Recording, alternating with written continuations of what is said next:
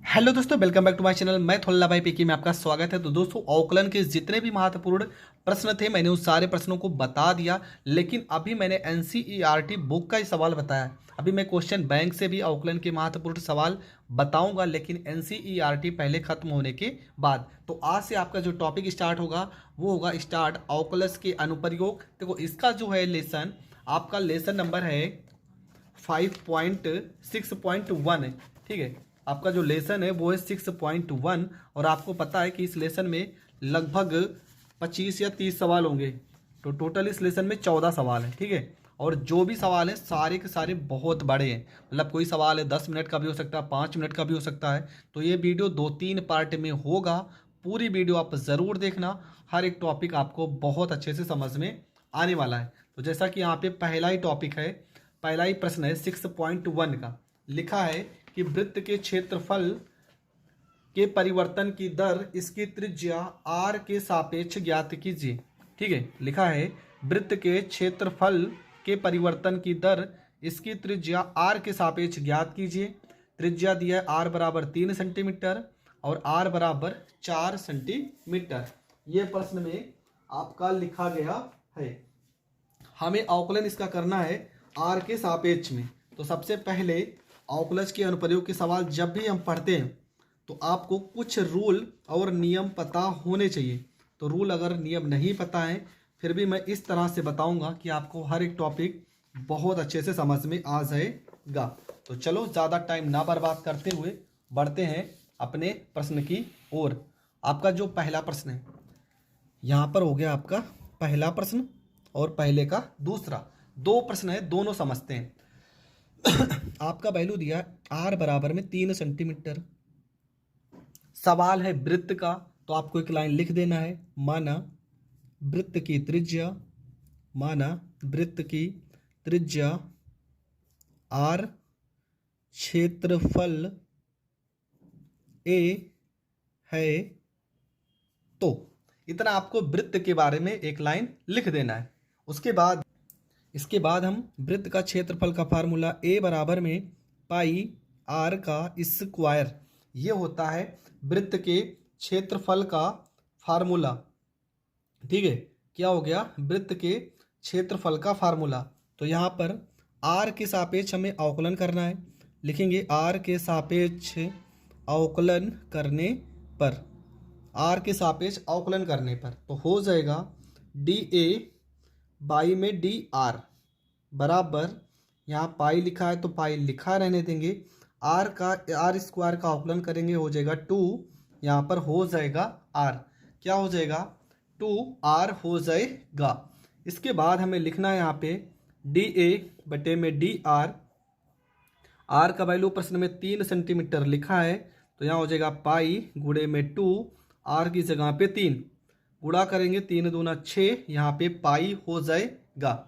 अब हम निकाल क्या रहे हैं? निकाल रहे हैं क्षेत्रफल। तो यहाँ पर लिखेंगे सेंटीमीटर का स्क्वायर। ठीक है, क्षेत्रफल के लिए क्या? सेंटीमीटर का स्क्वायर, लेकिन बटे में आर भी तो लिखा है। ऊपर ए लिखा है तो सेंटीमीटर का स्क्वायर, नीचे आर लिखा है तो यहाँ पे सेंटीमीटर।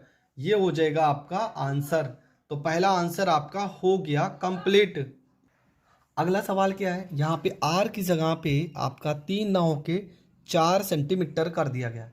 देखो, लाइन तो आपको वही लिखना है कि माना वृत्त की त्रिज्या, माना वृत्त की त्रिज्या आर, क्षेत्रफल ए है। तो क्षेत्रफल ए बराबर फार्मूला हो जाएगा पाई आर का स्क्वायर। फिर वही देखो, प्रश्न में बोला था त्रिज्या के सापेक्ष अवकलन करना है, तो यहाँ लिखेंगे आर के सापेक्ष अवकलन करने पर तो हो जाएगा dA बटे में dr बराबर, यहाँ पे पाई आर स्क्वायर का अवकलन 2 इंटू आर हो जाएगा। इसके बाद हो जाएगा यहाँ पे dA बटे में dr। r का वैल्यू दिया गया है 4, तो यहाँ पर 4 लिखेंगे, हो जाएगा पाई गुणे में 2, r की जगह पे 4 को 2 से गुणा करेंगे 8 पाई। मात्रा क्या होगा? सेंटीमीटर का स्क्वायर प्रति सेंटीमीटर। ठीक है, 8 पाई सेंटीमीटर का स्क्वायर प्रति सेंटीमीटर, ये हो जाएगा इस प्रश्न का आंसर। बढ़ते हैं प्रश्न नंबर 2 की ओर। प्रश्न नंबर 2 में लिखा है एक घन का आयतन 8 सेंटीमीटर का क्यूब प्रति सेकंड की दर से बढ़ रहा है। पृष्ठ क्षेत्रफल किस दर से बढ़ रहा है जबकि इसके किनारे की लंबाई 12 सेंटीमीटर है। आपको निकालना क्या है, पृष्ठ क्षेत्रफल किस दर से बढ़ रहा है। ये लाइन आप याद रखना, हमें क्षेत्रफल में वृद्धि ज्ञात करना है। आपका दिया क्या है, आयतन में वृद्धि दिया है और भुजा की लंबाई आपका दिया है। तो प्रश्न आप समझ चुके होंगे, करना कैसे है ये हम समझाते हैं। सबसे पहले आपको सवाल किसका है, सवाल है घन का, तो घन के बारे में लिखना है। थोड़ा से लिख देंगे कि माना घन की भुजा, माना घन की भुजा a सेंटीमीटर, भुजा a सेंटीमीटर, आयतन v, क्षेत्रफल s है। तो ये आपको घन के बारे में इतना सा एक लाइन लिख देना है।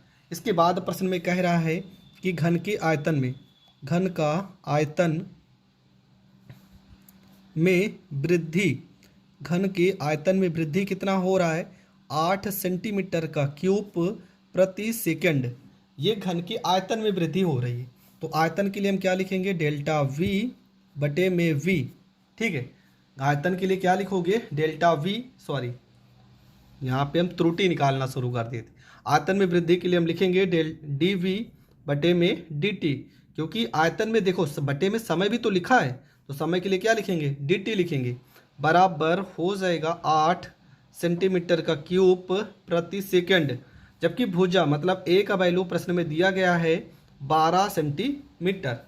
अब देखो हम हल कैसे करेंगे, जो आपका वैल्यू दिया होगा उसी से आपको हल करना है। तो सबसे पहले घन का आयतन दिया है, तो घन का आयतन का फार्मूला होता है, आयतन का फार्मूला होता है भुजा का घात 3, भुजा का घात 3। आयतन के लिए v लिखेंगे, भुजा के लिए a का घात 3। तो यहाँ पर हो जाएगा dv बटे में dt बराबर यहाँ 3 a का स्क्वायर।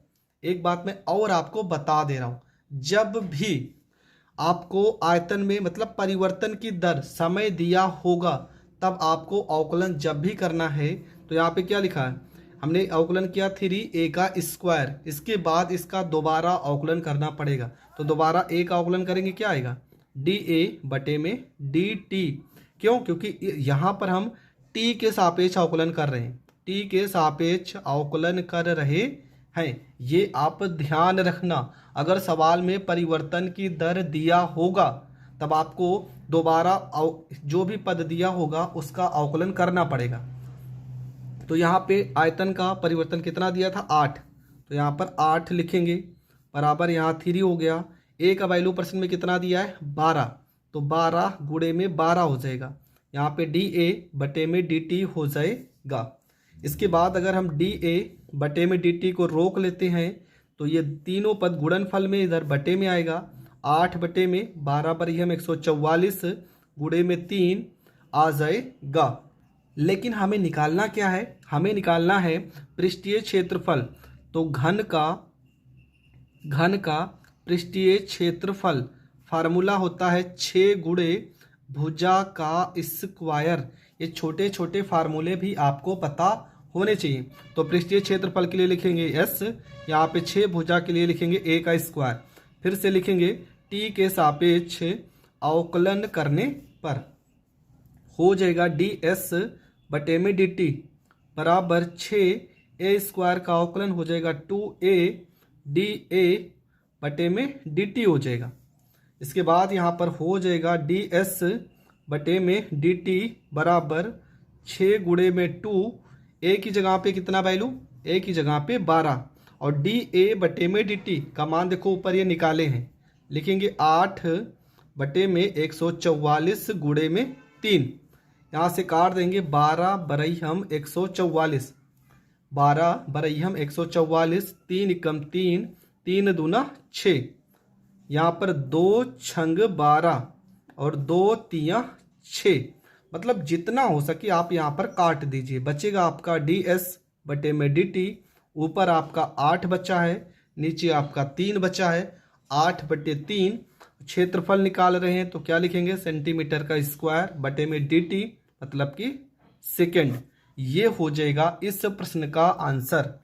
देखो सवाल तो बड़ा है, लेकिन अगर ये सवाल पेपर में आता है तो आपको 6 नंबर देता भी है। ये छोटी छोटी चीज़ें आपको ज़रूर पता होना चाहिए। देखो कुछ फार्मूले मैं बता दे रहा हूँ। जैसे आपका वृत्त का फार्मूला, वृत्त का क्षेत्रफल होता है पाई आर स्क्वायर।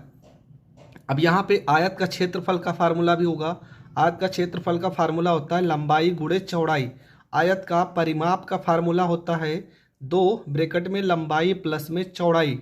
उसके बाद गोले का क्षेत्रफल का फार्मूला होता है, गोले का पृष्ठीय क्षेत्रफल 4 पाई आर का स्क्वायर।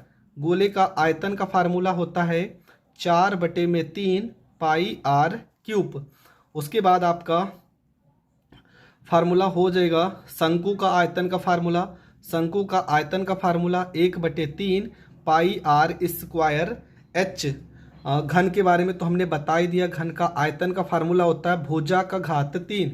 घन का पृष्ठीय क्षेत्रफल का फार्मूला होता है 6 गुणे भुजा का स्क्वायर। ये छोटे में छोटे फार्मूले हैं जो इस चैप्टर में, जो चैप्टर आप स्टार्ट किए हैं, इसमें ज़रूर पूछे जाएंगे। तो ये सारे के सारे फार्मूले आपको हर हाल में आने ही चाहिए।